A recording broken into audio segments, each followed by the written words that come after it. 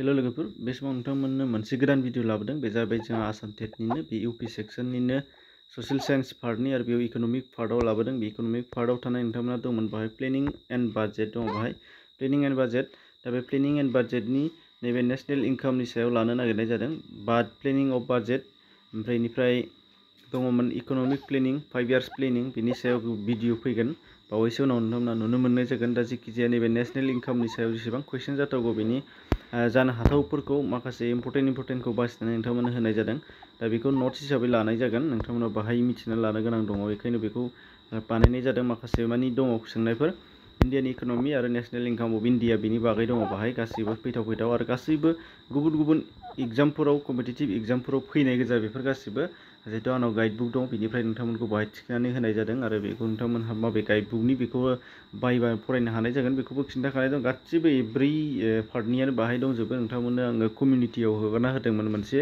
बेयाव थांनानै नायबाबो नुनो मोननाय जागोन कमिउनिटि टेबाव दा गोबांनो सानोबो लेखानिफ्राय होयो लेखानिफ्रायनो गासैबो फैजोबो लेखानिफ्रायनो होनांगौ खालि नुस'ना मिथिस'आ मालाबा मोनस'ना बबेयाव मा दं बेसो बेखौल' खिन्थानानै होनांगौ जोंहा बेखायनो खिन्थालायनांगौ बेजोंसो जोङो मोनलायलायगोन दा बेनिफ्राय फैदो जोंहा फार्स्टआव मा दङनो फार्स्टनिफ्राय लानि दा टार्म मिक्सड इकनमि डिनट माने मिक्सड इकनमिया मा फोरमायो होनदों जोंनियाव इन्डियान इकनमियाव एबा नेशनेल इनकामानो जा इन्डियान इकनमि बे मोननैजों बियो ज' दङ दा बाव दा टार्म अफ मिक्सड इकनमि होनना बुङोबा मा बुजियो होनदों बाहाय मा होनो प्राइभेट आरो पाब्लिक सेक्टर मोननैबो जथायै थानाय इकनमिखौनो मिक्सड इकनमि होननानै बुंनाय जायो होनदों प्राइभेटनि आरो पाब्लिकनि मोननैनिबो जथाय बेनिफ्राय दङ बेखौ अबजेक्टिभ एबा कम्पिटिटिभ एग्जामनि जिहेतु मा होनो फर्मुला बेबादि गासै मोनब्रै सिलेक्सन मोनब्रैनिफ्राय मोनसे कारेक्सन खालामनाय दङ बे सिलेक्सन खालामनाय दङ दा बेबादि होयो नाथाय आं बेवहाय डाइरेक्ट एन्सारखौल' होनाय जादों मानो होनबा आं आलादा टाइप बानायनानै होनो गोनां जादों बाहाय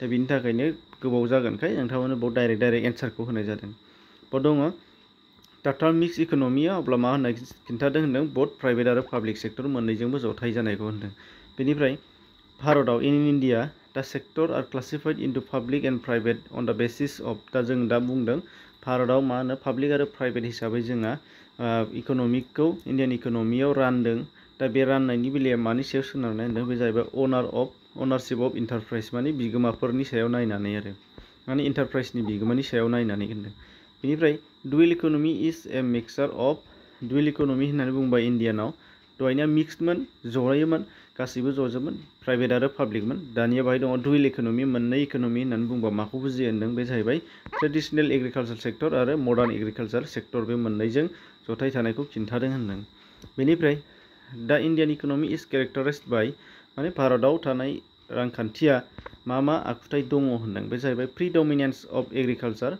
जोंहा एग्रिकालचारजों सिगांनिफ्रायनो गोदोसोनानै दङमोनदों बेनिफ्राय ल' पार केपिटा इनकाम माने सुबुं सासेयारि आयआ जोंना जोबोद गोदोसोनाय होनदों बेनिफ्राय मेसिभ आनएमप्लयमेन्ट होनदों माने मा गोबां बेखार दङ आरो जोंनाव गोबांथार बेखार दङ भारतनि रांखान्थियाव माबादि जोंनानो जोबोद गोग्लैसोनाय आरो आबाद बिथामोन सिगांनिफ्रायनो आबाद बिथा बेनिफ्राय ल' पार केपिटा इनकाम सुबुं सासेयारि आयआ जोबोद खम बेनिफ्राय मेसिभ आनएमप्लयमेन्ट एबा माने बेखारा जोबोद दङ बेखारनि जेंना बेनिफ्राय इन इन्डियान एग्रिकालचार इनकाम इज केलकुलेट बाय माने माबे मेथडजों इन्डियानि एग्रिकालचाराव बिफांनि एग्रिकालचार बिथिंनि इनकामखौ साननाय जायो होनदों बे जाहैबाय आउटपुट मेथडजों सानो होनदोंमोन आउटपुट इनपुट दा बेबायदि अपसन थागोन अब्ला आउटपुट मेथडजों बेखौ खालामनाय जायो होनदों ओमफ्राय नैबेयाव दङ who coined the term Hindu rate of growth इन इन्डियान इकनमियाव हिन्दु रेट अफ ग्रथ बे मोनसे टार्म बानायदों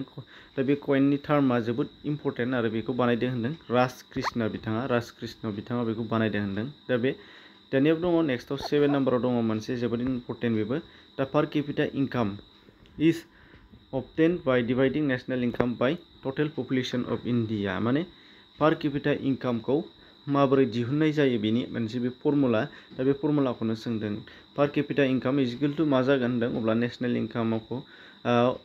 इनकामखौ माजों राननांगौ ना टटेल पपुलेसनजों राननांगौ होनदों माने मा होननाय जादों ओरैजाय जायो पार केपिटा इनकाम इज इक्वल टु गाहायाव मा थायो होनदों टटेल पपुलेसन अफ इन्डियानिखौ दिहुनदोंबा इन्डिया बे जागोन बेनिफ्राय गोजौआव मा होनदों नेशनेल इनकाम थागोन होनदों नेशनेल इनकामखौ टटेल पपुलेसनजों राननानै जा मोनो बेनो पार केपिटा इनकाम एबा सुबुं सासेयारि आय जायो होनदों। दा बेखौ गोसोआव ला, बे फर्मुला दा ब्लेंक खालामनानैबो सोंनो हागौ, बेखौ ब्लेंक खालामनो हागौ, मालाबा बेखौ दोननो हागौ, बेखौ दोनगोन माने पार केपिटा इनकाम इज इकुवेल टु गोजौआव नेसनेल इनकाम, गाहायाव मा थागोन टटेल पपुलेसन अफ इन्डिया जानांगौमोन। दा बे टटेल पपुलेसना मालाबा लांदां दोनगोन नङाबा गोजौखौ दोननानै बिसोर मोननैखौ होगोन।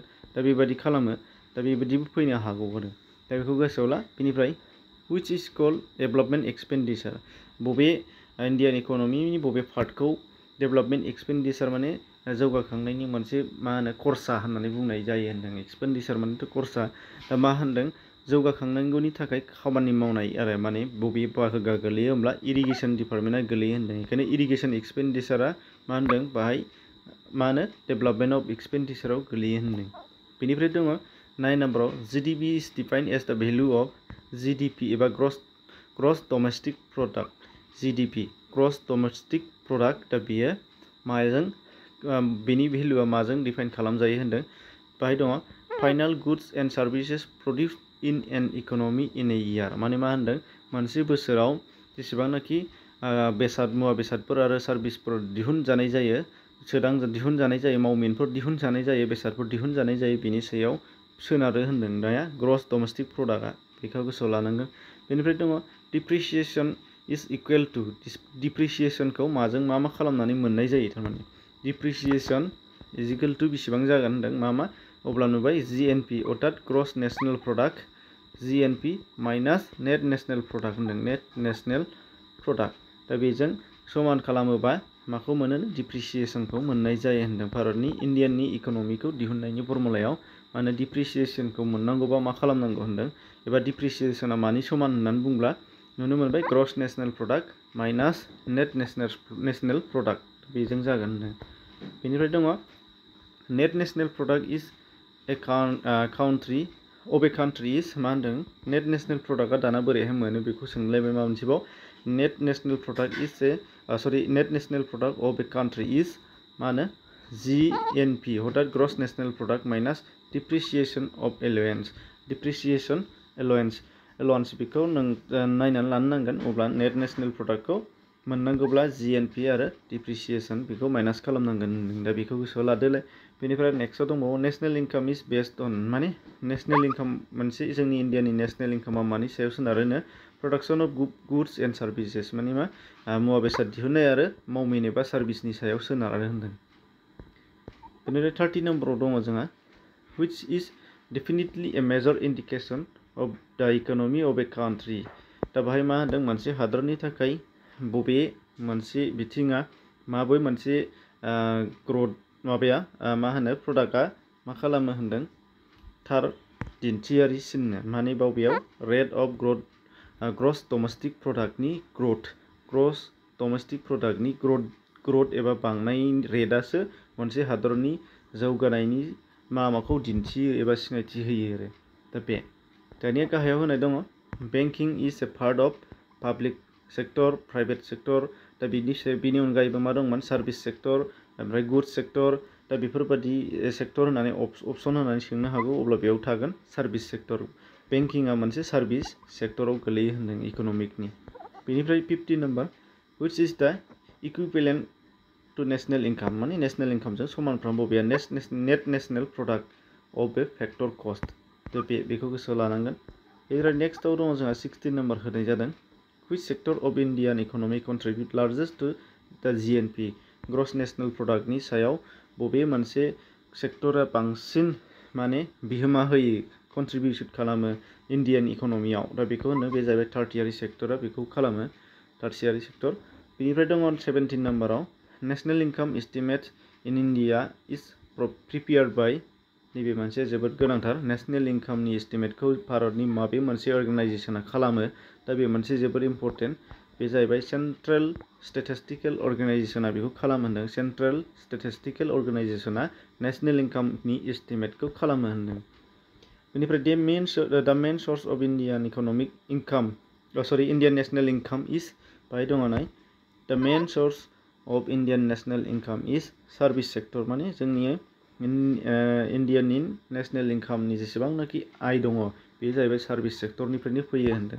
सार्भिस सेक्टरानो बयनिख्रुइबो बांसिन इनकाम खालामनो हायो होनदों इन्डियायाव सार्भिस सेक्टरनिफ्राय। दा बेनिफ्राय सार्भिस सेक्टर होनोब्ला बबेया गोलैफायो होनदों इन इन्डिया सार्भिस सेक्टर इनक्लुड्स दा बाहाय दङ ट्रेन्सपर्टआ गोलैयो ना, कमिउनिकेसन खालामनाया गोलैयो ना, हटेलफ्रा गोलैयो, बेंकिंआ गोलैयो। दा अब्ला बेफोर मोनब्रै पार्टआ सार्भिस सेक्टराव गोलैयो होनदों इन्डियानाव। बेनिफ्राय 20 नम्बराव दङ who has estimate national income in India first. National इनकामखौ फार्स्ट एस्टिमेट खालामजेननो मोननाया इन्डियायाव सोर खालामजेननो, बे जाहैबाय जोबोद इम्पर्टेन्ट जागोन दादाभाई नौरोजी। बियो गोबां इन्टारभिउफोराव बियो फैयो। दादाभाई नौरोजी बिथाङानो खालामजेनदों। दा बिनिफ्राय नुदों हु रट द book describing the theory of economic trend of India during British rule. British रुलनि समाव मा होनो इकनमिक थिउरिनि सोमोन्दै दाहार लाबोजेननाय मोनसे सासे लिरगिरि, बिथाङानो जाहैबाय दादाभाई नौरोजी। बेखौ गोसोआव लाबानो जाबाय, दादाभाई नौरोजी बिथाङानो लिरदों। बेनिफ्राय 22 दङ the most appropriate measure of a country's economic growth is its. मा होनो जोंनि बबेबा दरसे हादरनि रांखान्थियारि जौगानायनि थाखाय मोनसे जौगानायखौ नायबिजिरनायनि मोनसे मोजांथार एबा साबसिनथार राहाया मा होनो, बे जाहैबाय ग्रस डमेस्टिक प्रडाक्ट। बेनि सायाव नायनानै मोननाय जायो होनदों, जिडिपिनि सायाव नायनानै। ओंखायनो जिडिपिखौल' नायो, नोंथांमोना बयबो मिथिखागौ जिडिपि रेटनि सायावनो गासैबो हादरनि जौगानायनि लामाया सोनारो आरो जौगानाया। बेनिफ्राय नैबे मोनसे बेनो लास्ट जागोन। बेयाव मा होदों नाय इन इन्डियान इकनमिकनि नेशनेल इनकामा माजों समान? नेशनेल इनकामनि एबा नेशनेल इनकामखौ वाइ होनानै दिन्थिनाय जायो आरो बेनिफ्राय बाखि नेशनेल इनकामनि समाना मा खालामनानै मोनो, बे फर्मुलाखौ सोङो मालाबा। दा बे फर्मुलाखौ नायनानै लानांगोन। बे जाहैबाय जोंहा दं बाहाय मा C plus I minus G plus X minus M हल। दा बेखौ गोसोआव लानांगोन। दा बिनिनो बाहाय मा होननाय जादों, बे जे जोंहा सुंद' महर दङ, माने C I G X आरो M दङ। दा बेफोरो मा टार्म दिन्थियो होनदों। दा बेयाव दङ C माने कनजाम्पसनखौ दिन्थियो होनदों। बेनिफ्राय I आ इनभेस्टमेन्ट, G आ गभर्नमेन्ट एक्सपेन्डिचारखौ दिन्थियो। बेनिफ्राय X आ टटेल एक्सपर्ट आरो बेनिफ्राय M आ टटेल इम्पर्ट। माने इम्पर्ट माने लाबोजानाय, एक्सपर्ट माने बाहेरायाव हरजानाय। दा बे इनभेस्टमेन्ट माने बाहायनाय। दा बेफोरखौ दिन्थियो होनदों मोनफा। अब्ला बेखौबो गोसोआव लाबानो जाबाय। स्क्रिनशट खालामनानै लानो हागोन, गासैखौबो बेनिफ्राय मोनगोन। नुनोबो हागौ बेखौ टेटआवबो बे मोनसे फर्मुलाखौ। दा बेखिनि गुबुनफोरखौ डिसक्रिपसनाव लिंक दं, बेयाव हाबनानै खेबसे नायनानै थांबानो जाबाय आरो गुबुनफोरनो जेसेबां हायो शेयार खालाम, जाहाथे बयबो मिथिनो मोननाय जायो आरो जोंबो बानायनो इन्टारेस्ट मोननाय जायो भिडिअ बानायनो। गोजोन्थों।